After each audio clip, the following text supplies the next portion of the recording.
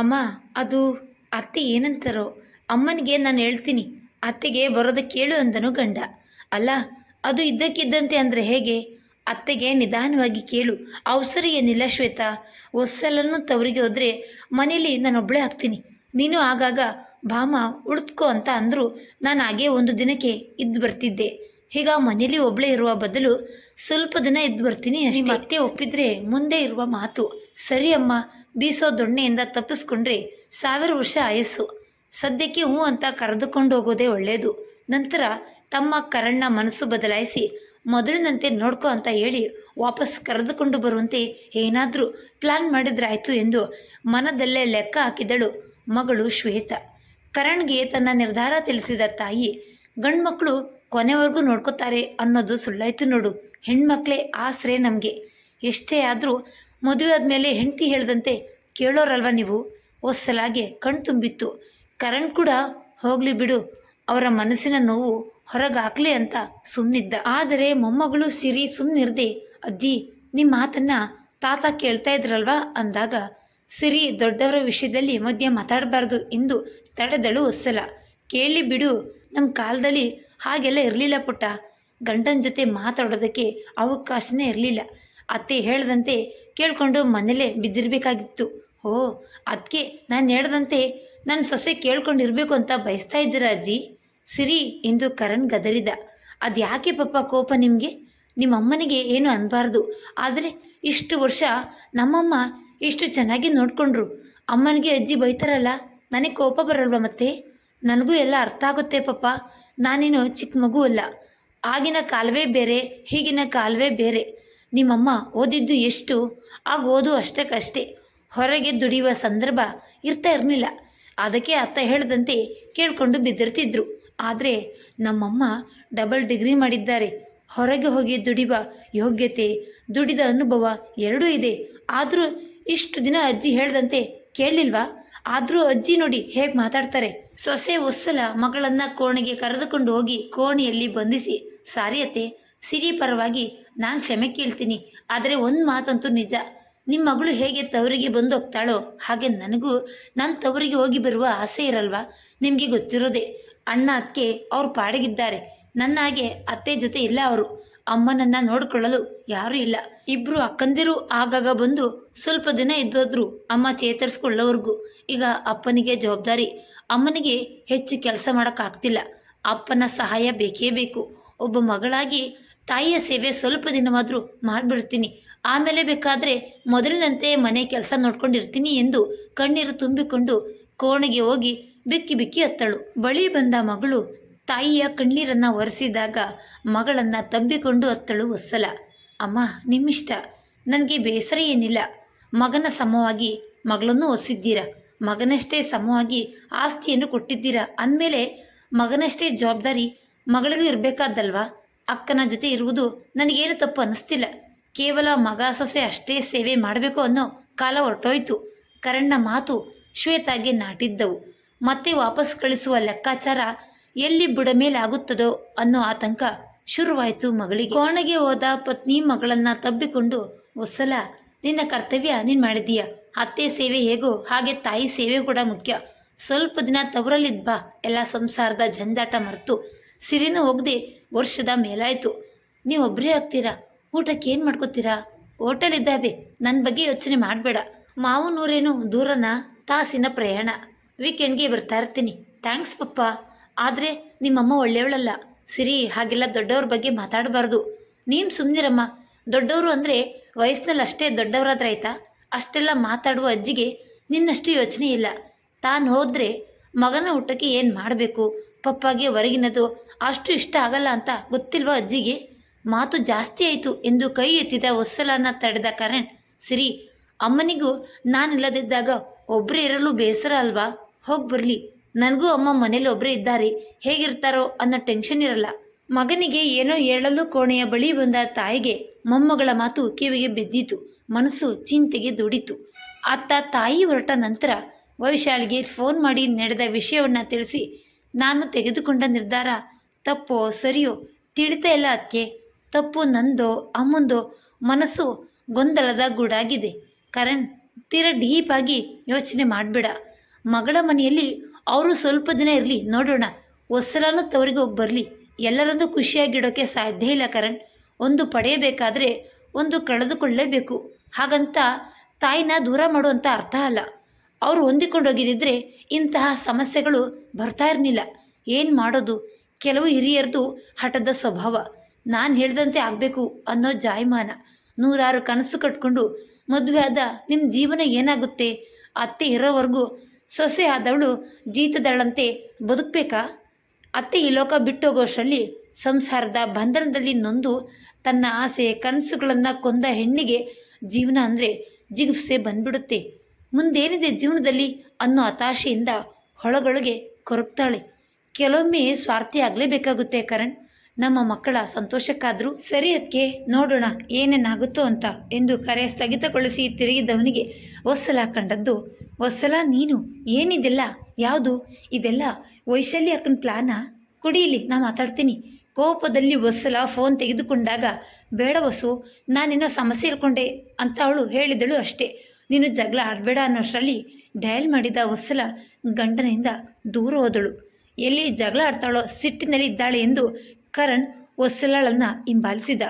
Mobile ಕಸಿದುಕೊಳ್ಳುವ ಭರದಲ್ಲಿ ವತ್ಸಲಳ ಮೇಲೆ ಬಿದ್ದಿದ್ದ. ಇಬ್ಬರ ಕಣ್ಣುಗಳು ಬೆರೆತು ಅತ್ತ ಫೋನ್ ರಿಸೀವ್ ಮಾಡಿದ ವೈಶಾಲಿ, ಹಲೋ ಹಲೋ ಕರಣ್ ಎಂಬ ಧ್ವನಿಗೆ ವಾಸ್ತವಕ್ಕೆ ಬಂದು ಹಾಸಿಗೆ ಮೇಲೆ ಬಿದ್ದಿದ್ದ ಮೊಬೈಲ್ ತೆಗೆದುಕೊಂಡನು.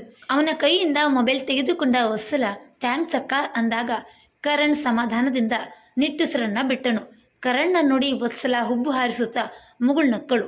ಇಬ್ಬರು ಆತ್ಮೀಯವಾಗಿ ಹರಟಿದ್ರು. ಅಕ್ಕ, ನನ್ನನ್ನು ಮಾತು ಕೇಳ? ಏನೊತ್ಸಲ ಕೇಳು. ಅಕ್ಕ, ನೀನು ಎಷ್ಟು ಹೆದರ್ತಾ ಇದ್ದೆ ಮೊದಲು. ನಿನಗಿಷ್ಟು ಧೈರ್ಯ ಎಲ್ಲಿಂದ ಬಂತು? ನಾನು ನಿನ್ನ ನೋಡಿದ್ದೀನಿ. ನೀನು ಈಗಿನಂತೆ ಇರಲಿಲ್ಲ. ಮೊದಲು ಮೌನ ಗೌರಿಯಂತೆ ಇದ್ದೆ. ನೀನಾಯಿತು, ನಿನ್ನ ಕೆಲಸ ಆಯಿತು ಅಂತ. ಈಗ ಅದೆಷ್ಟು ಬದಲಾಗಿದ್ದೀಯಾ? ನೀನಷ್ಟೇ ಅಲ್ಲ, ಮನೆಯವರು ಸಹ. ಮನೆಯವರು ಬದಲಾಗಿದ್ದಕ್ಕೆ ನಾನು ಬದಲಾದೆ ಅಷ್ಟೇ ವತ್ಸಲ. ಅದೇ ಅಕ್ಕ, ಇದ್ದಕ್ಕಿದ್ದಂತೆ ಅಂತಹ ಜಾದು ಏನು ನಡೀತು? ನನಗೆ ನೀನು ಸಹಾಯ ಮಾಡಿದಂತೆ ನಿನಗೂ ಯಾರಾದರೂ ಸಹಾಯ ಮಾಡಿದ್ರಾ?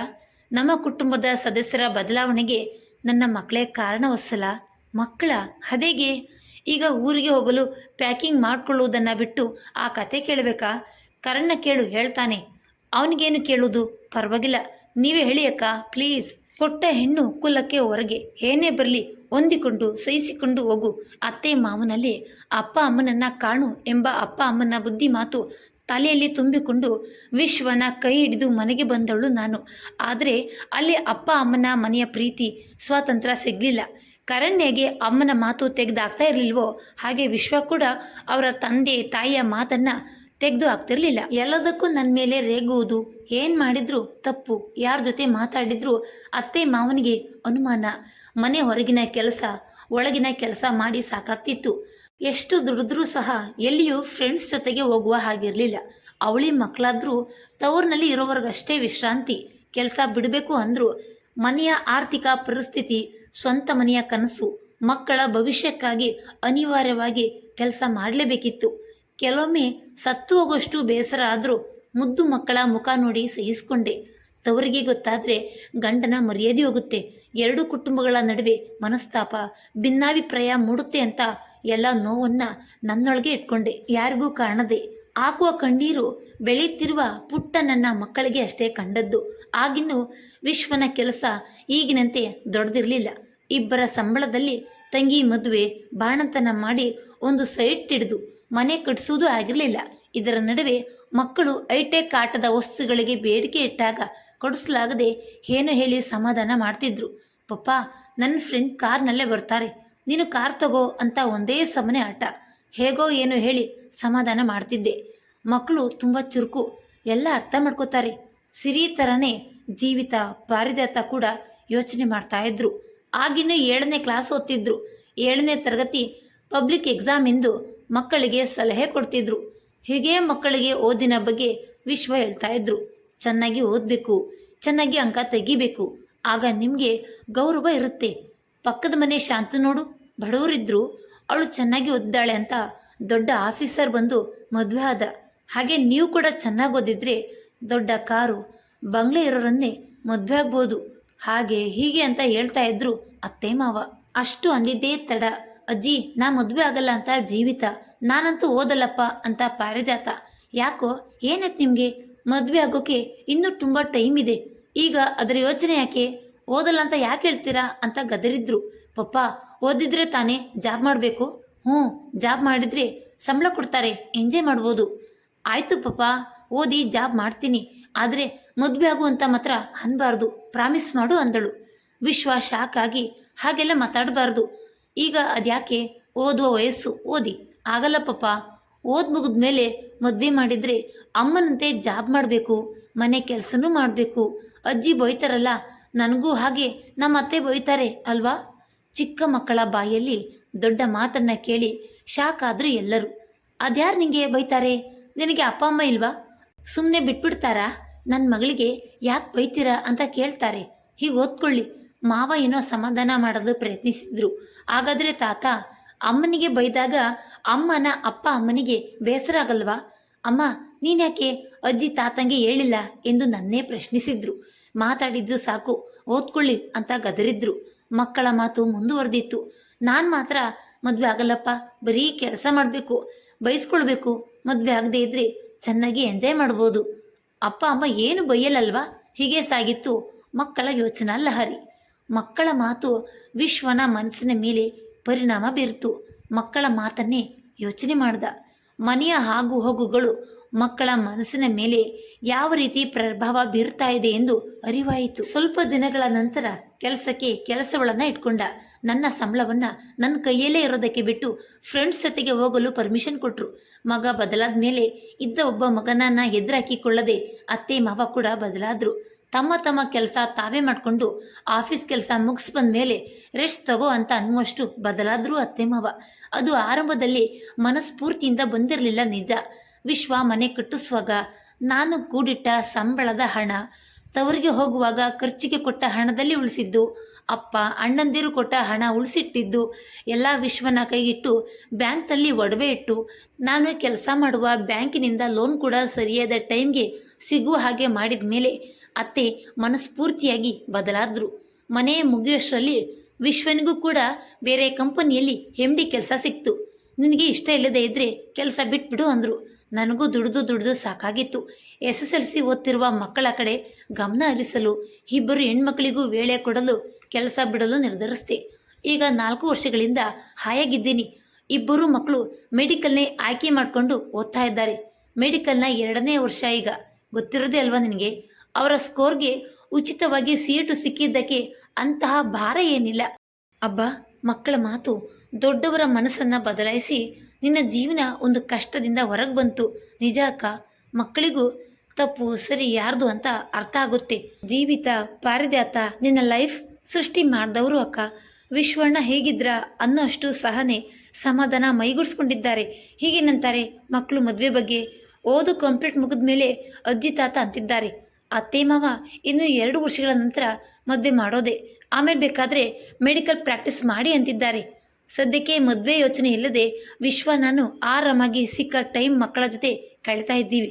ಮಕ್ಕಳು ದೇವರ ಸಮಾನ ಅಂತಾರೆ. ಅವರೆಷ್ಟೇ ತರಲೆ ತುಂಟಾಟ ಮಾಡಿದ್ರೂ, ನಾವು ಕೋಪಿಸಿಕೊಂಡ್ರು ತಾಯಿ ತಂದೆ ಮಕ್ಕಳ ಬಾಂಧವ್ಯ ಅಷ್ಟು ಸುಲಭವಾಗಿ ಕಳಚದು ಒಸ್ಸಲ್ಲ. ಮಕ್ಕಳು ದೇವರ ಸಮಾನ ಅನ್ನೋದು ಕೆಲವೊಮ್ಮೆ ನಿಜ ಆಗುತ್ತೆ. ನಿಜ ಅಕ್ಕ. ಹೀಗೆ ಖುಷಿಯಾಗಿ ಇರಿ. ಗುಡ್ ನೈಟ್, ಬಾಯ್. ಕರಣ್ ಕಾಯ್ತಾ ಇದ್ದಾನೆ ಅಂತ ಅನಿಸುತ್ತೆ, ಹೋಗಿ ಮಲಗು. ನನ್ನ ಕತೆ ಕೇಳ್ತಾ ಅವನಿಗೆ ಕೊಡಬೇಕಾದ ಟೈಮ್ ವೇಸ್ಟ್ ಮಾಡಬೇಡ. Good night. ಕರಣ್ ಕಣ್ಮುಚ್ಚಿರುವುದನ್ನು ನೋಡಿ ಮಲಗಿರೋನೆಂದು ತಿಳಿದಳು. ಆ ರಾತ್ರಿ ಕಳೆಯಿತು.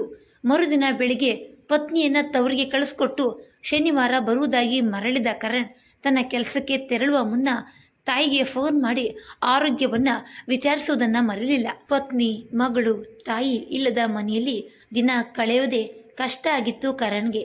ಅಡುಗೆ ಮಾಡುವಾಗ ಕೈ ಸುಟ್ಕೊಳ್ಳೋದು, ಉಪ್ಪು ಖಾರ ಹೆಚ್ಚು ಕಡಿಮೆ ಆಗೋದು ಸಾಮಾನ್ಯವಾಗಿತ್ತು. ಅವನು ಮಾಡಿದ ಅಡುಗೆ ಅವನಿಗೆ ಇಷ್ಟ ಆಗದೆ ನಾಯಿಯ ಪಾಲಿಗೆ ಸೇರಿದಾಗ ಹೋಟೆಲ್ ರುಚಿ ಅನಿವಾರ್ಯ ಆಗಿತ್ತು ಅವನಿಗೆ. ಮೊಮ್ಮಗಳ ಜೊತೆ ಮಾತು ಆಟದಿಂದ ಒಸ್ಸಲಳ ತಂದೆ ತಾಯಿಗೆ ಹೊಸ ಹುರುಪು ಬಂದಂತಾಗಿತ್ತು. ಮಗಳು ಮನೆಯ ನಿತ್ಯದ ಕೆಲಸದ ಜವಾಬ್ದಾರಿ ಹೊತ್ತಿರುವುದರಿಂದ ತಂದೆ ತಾಯಿಯರಿಗೆ ವಿಶ್ರಾಂತಿ ದೊರೆಯಿತು. ಅತ್ತ ಮಗಳ ಮನೆ ಸೇರಿದ ತಾಯಿಗೆ ಆತ್ಮೀಯ ಸ್ವಾಗತವೇನೋ ಸಿಕ್ಕಿತು. 2 ದಿನ ಮಗಳ ಮನೆಯಲ್ಲಿ ಸಂತೋಷವಾಗಿ ಕಾಲ ಕಳೆದಳು.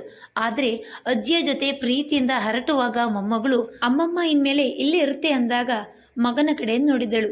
ಸೊಸೆಯ ತಾಯಿಯ ಜೊತೆ ಮಾತು ಅಷ್ಟಕ್ಕಷ್ಟೇ ಆಯಿತು. ತಾಯಿಗೆ ನಿಧಾನವಾಗಿ ಹೇಳ್ಬೇಕು ಅಂದ ವಿಷಯ ಮಗಳು ಹೇಳಿ ತಾಯಿಯ ದೃಷ್ಟಿ ಎದುರಿಸ್ಬೇಕಾಯ್ತು ಮಗ.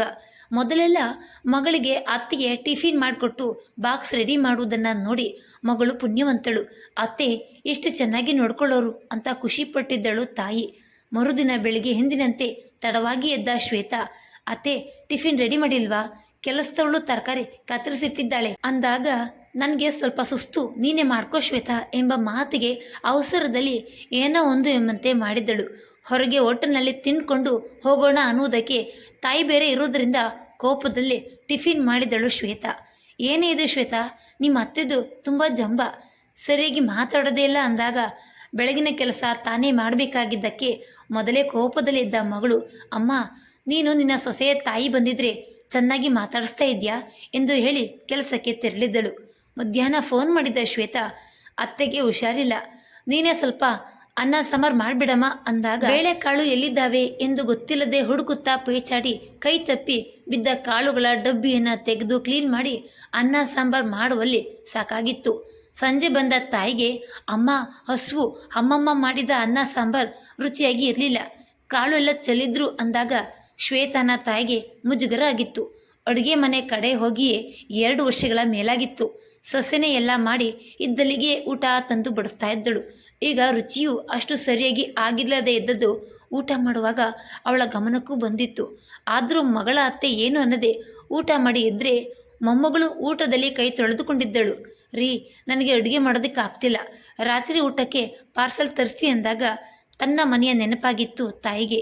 ಅಮ್ಮ ಇವತ್ತು ಮುಟ್ಟಾಗಿ ಒಸ್ಸಲ ಸುಸ್ತಾಗಿದ್ದಾಳೆ, ಊಟಕ್ಕೆ ಪಾರ್ಸಲ್ ತರ್ತೀನಿ, ಮಕ್ಕಳು ಮನೆ ಊಟ ಬೇಡ ಅಂತಿದ್ದಾರೆ ಅಂದಾಗ ಅದೇನೋ ಯಾರೂ ಆಗೋದ್ದು ನಿನ್ನ ಹೆಂಡತಿ ಅಷ್ಟೇನ ಆಗಿರೋದು, ನಾವೆಲ್ಲ ಇಷ್ಟು ಪೊಳ್ಳಾಗಿರಲಿಲ್ಲ, ಮಕ್ಕಳಿಗೆ ಬೇಕಾದರೆ ಹೊರಗೆ ಕರೆದುಕೊಂಡು ಹೋಗಿ ಊಟ ಮಾಡಿಸ್ಕೊಂಡು ಬಾ, ನನಗೆ ಹೊರಗಿನ ಊಟ ಆಗಲ್ಲ, ಅದರಲ್ಲಿ ಬರೀ ಬೆಣ್ಣೆ ಎಣ್ಣೆ ಮಸಾಲೆ ಹೆಚ್ಚಿರುತ್ತೆ, ಡೈಜೆಷನ್ ಆಗಲ್ಲ, ಒಸ್ಸಲಾಗೆ ಅನ್ನ ಸಾರಾದರೂ ಮಾಡೋದಕ್ಕೆ ಕೇಳು ಅಂದಾಗ ಅದು ಸರಿಯೇ, ಅತ್ತೆಗೆ ಮೈದಾದಿಂದ ಮಾಡಿದ ಈ ಪರೋಟ ಎಲ್ಲ ಪಚನ ಆಗಲ್ಲ ಅಂದು ಸೊಸೆ ಮುದ್ದೆ ಬಸ್ಸಾರು ಮಾಡಿ ಬಡಿಸ್ತಾ ಇದ್ದದ್ದು ನೆನಪಾಗಿತ್ತು.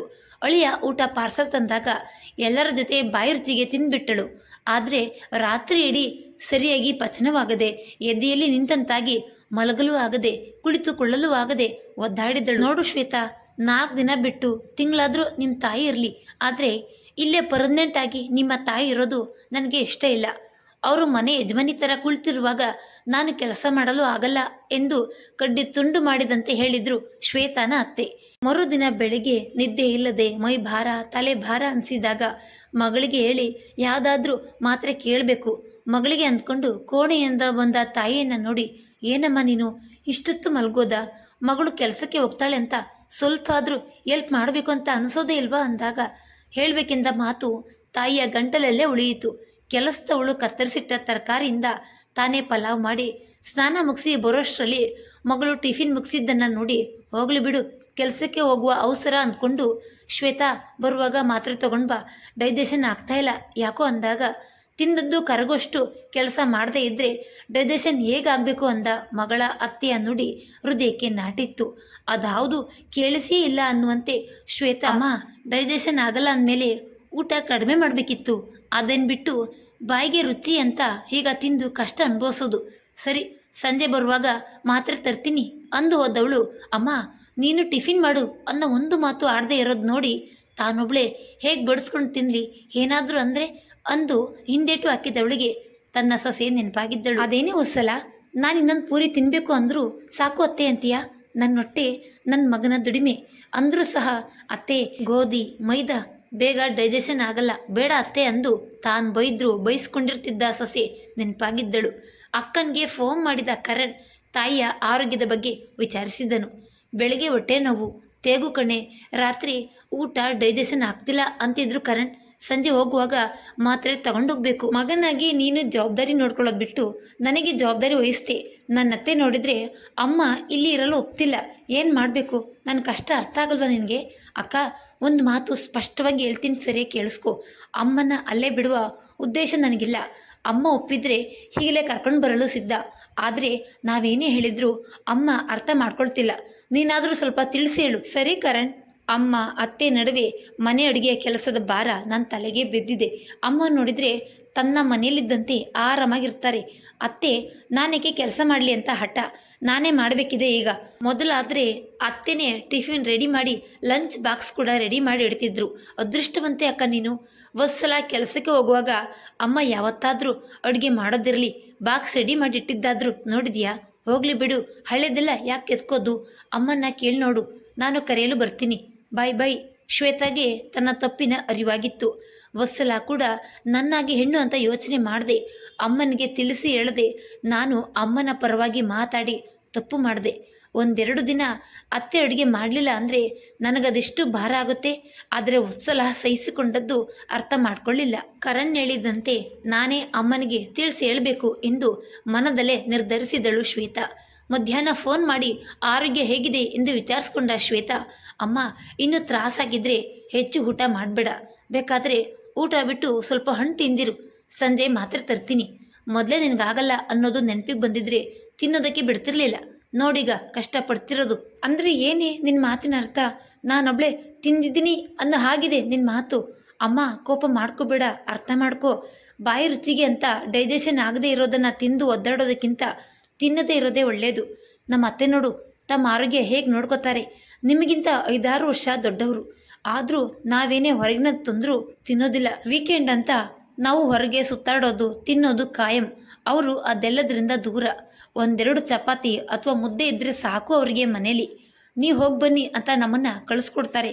ನೆನ್ನೆ ನೋಡಿದ್ರಲ್ಲ ಅಮ್ಮ, ನಮ್ಮ ಬಲವಂತಕ್ಕೆ ತಿಂದರು.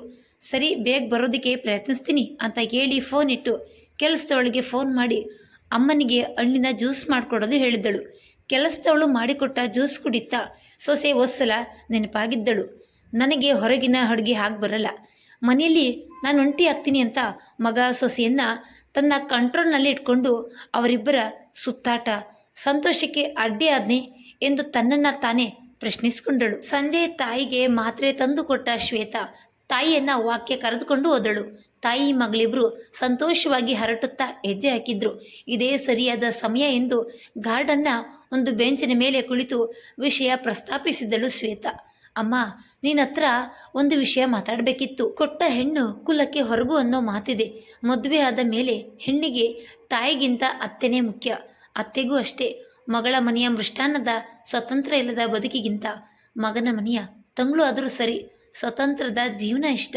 ಗಂಡು ಮಕ್ಕಳು ಇಲ್ಲ ಅಂದಾಗ ಅಮ್ಮ ಒಂಟಿ ಆಗ್ತಾರೆ ಅಂತ ಪರಿಸ್ಥಿತಿಯನ್ನು ಅರ್ಥ ಮಾಡಿಸಿ ತಾಯಿಯನ್ನು ತನ್ನ ಜೊತೆಯಲ್ಲಿ ಇಟ್ಕೊಳ್ಬೋದು.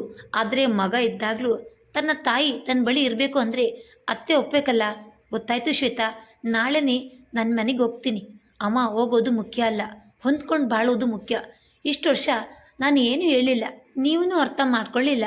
ಒಸ್ಸಲ ಕೂಡ ನನ್ನಂತೆ ಹೆಣ್ಣು ಅನ್ನೋ ಯೋಚನೆ ಕೂಡ ಮಾಡದೆ ಅಮ್ಮ ಅನ್ನೋ ಮಮತೆಯೋ ಅಂತಃಕರಣವೋ ನೀವು ಚೆನ್ನಾಗಿರಬೇಕು ಎಂಬ ಸ್ವಾರ್ಥದಲ್ಲೂ ನಿಮ್ಮ ಪರವಾಗಿ ಮಾತಾಡಿ ತಪ್ಪು ಮಾಡಿದೆ. ನನ್ನತ್ತೆ ನನಗೆ ಸಹಾಯ ಮಾಡುವಂತೆ ನನ್ನ ಅಮ್ಮ ಸೊಸೆಗೆ ಸಹಾಯ ಮಾಡ್ತಿಲ್ಲ ಅನ್ನೋ ಸಣ್ಣ ಯೋಚನೆ ಕೂಡ ನನ್ನ ತಲೆಗೆ ಬರದೆ ಹೊಟ್ಟಿನಲ್ಲಿ ಅಮ್ಮ ತಿಂದುಂಡು ಆಯಾಗಿ ಚೆನ್ನಾಗಿರಬೇಕು ಎಂದು ಆಸೆಪಟ್ಟ ನಾನು ಯಾವತ್ತೂ ನನ್ನ ಅತ್ತೆನ ಅಷ್ಟು ಚೆನ್ನಾಗಿ ನೋಡ್ಕೊಳ್ಳಿಲ್ಲ. ಒಂದು ರೀತಿಯಲ್ಲಿ ಅದೃಷ್ಟವಂತೆ ನಾನು. ನನಗೆ ಕಷ್ಟ ಆಗುತ್ತೆ ಅಂತ ಬೆಳಗ್ಗೆನೇ ಟಿಫಿನ್ ಮಾಡಿ ಬಾಕ್ಸ್ ಕೂಡ ರೆಡಿ ಮಾಡಿಡ್ತಿದ್ದ ಅತ್ತೆಯನ್ನು ಅರ್ಥ ಮಾಡ್ಕೊಳ್ಳಿಲ್ಲ. ಅವರು ಕೇಳಿದ್ದು ಮೊಮ್ಮಗಳು ನನ್ನ ಜೊತೆ ಇರಲಿ ಅನ್ನೋ ಸಣ್ಣ ಆಸೆ ಕೂಡ ಈಡೇರಿಸ್ದೆ ತವ್ರ ಮನೆಯಲ್ಲಿ ಬಿಟ್ಟೆ. ಒಸ್ಸಲ ಓದ್ದವಳು ಮಗಳಿಗೆ ಚೆನ್ನಾಗಿ ಓದಿಸಿ ಜವಾಬ್ದಾರಿ ವಹಿಸ್ಕೋತಾಳೆ ಎಂಬ ಸ್ವಾರ್ಥದಲ್ಲಿ ಅತ್ತೆ ಸಂತೋಷ ಅಷ್ಟೇ ಅಲ್ಲ, ಒಸ್ಸಲಗೂ ಭಾರ ಮಾಡಿದೆ. ದಯವಿಟ್ಟು ಕ್ಷಮಿಸ್ಬಿಡಮ್ಮ. ನಿನ್ನ ಸೊಸೆಯಷ್ಟು ಚೆನ್ನಾಗಿ ನೋಡಿಕೊಳ್ಳಲು ನನ್ನಿಂದ ಆಗಲಿಲ್ಲ. ಶ್ವೇತಾ ಪಶ್ಚಾತ್ತಾಪದಿಂದ ನೋಡಿದಳು. ಶ್ವೇತಾ, ನೀನು ಬಾಯ್ಬಿಟ್ಟು ಹೇಳುವ ಅವಶ್ಯಕತೆನೇ ಇಲ್ಲ. ಇಲ್ಲಿಗೆ ಬಂದ ಮೇಲೆ ನಾನು ಹೇಗಿದ್ದೀನಿ, ನನ್ನ ಮಗ ಸೊಸೆ ಹೇಗೆ ಅನ್ನೋದರ ಅರಿವಾಗಿದೆ. ನನ್ನ ತಪ್ಪು ನನ್ನ ಮಗ ಸೊಸೆಯ ಕಾಳಜಿ ಪ್ರೀತಿ ಅರ್ಥ ಆಗಿದೆ. ಮುದ್ದು ಮೊಮ್ಮಗಳು ಸಿರಿ ಹೇಳಿದ ಮಾತಲ್ಲೂ ಸತ್ಯ ಇದೆ.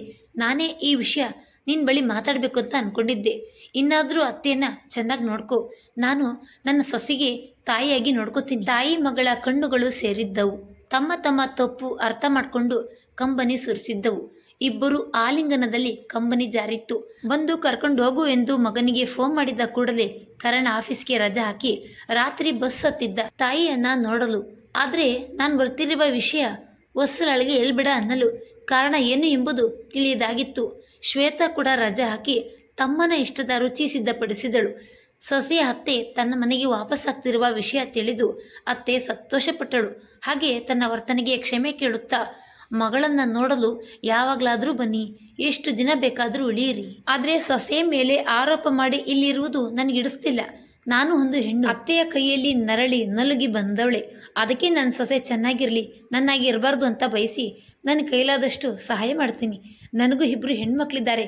ಅವ್ರಿಗೆ ಅತ್ತೆ ಮನೆಯಲ್ಲಿ ಸ್ವಲ್ಪ ನೋವಾದರೂ ಹೆತ್ತ ತಾಯಿಗೆ ಸಂಕಟ ಆಗದೆ ಇರುತ್ತದೆಯೇ? ಅದಕ್ಕಾಗಿ ನೀವು ಸೊಸೆ ಮೇಲೆ ಆರೋಪ ಮಾಡಿ ಇಲ್ಲಿ ಇರುವುದಕ್ಕೆ ನಾನು ಗಂಭೀರವಾಗಿ ವರ್ತಿಸಬೇಕಾಯ್ತು. ಬಾಯಿ ಮಾತಲ್ಲಿ ಹೇಳಿದ್ರೆ ಮಾತಿಗೆ ಮಾತು ಬೆಳೆದು ಜಗಳ ಆಗ್ಬೋದು. ನೋಡಿ ಅರ್ಥ ಆಗಲಿ ಎಂಬ ಉದ್ದೇಶದಿಂದ ಅಷ್ಟೇ ಎಂದು ಕ್ಷಮೆ ಕೇಳಿದ್ರು. ಮನೆಗೆ ಬಂದ ಮಗನನ್ನ ನೋಡಿ ತಾಯಿಯ ಕಣ್ಣು ತುಂಬಿತ್ತು. 8 ದಿನ ತಾಯಿಯನ್ನ ಬಿಟ್ಟು ಕರಣ್ಗೆ ಎಷ್ಟೋ ದಿನಗಳಾದಂತಾಗಿತ್ತು. ತನ್ನ ಬಗ್ಗೆ ಕೇಳದೆ ವತ್ಸಲ ಸಿರಿಯ ಬಗ್ಗೆ ವಿಚಾರಿಸಿದ್ದು ಕರಣ್ಗೆ ಆಶ್ಚರ್ಯ ಉಂಟು ಮಾಡಿತ್ತು. ಶ್ವೇತನ ಕಡೆ ನೋಡಿದಾಗ ಅಕ್ಕ ಕಣ್ಣಲ್ಲೇ ಹೂಗುಟ್ಟಿದ್ದಳು. ಕರಣ್ ಕೂಡ ಕಣ್ಣಲ್ಲೇ ಧನ್ಯವಾದ ತಿಳಿಸಿದ.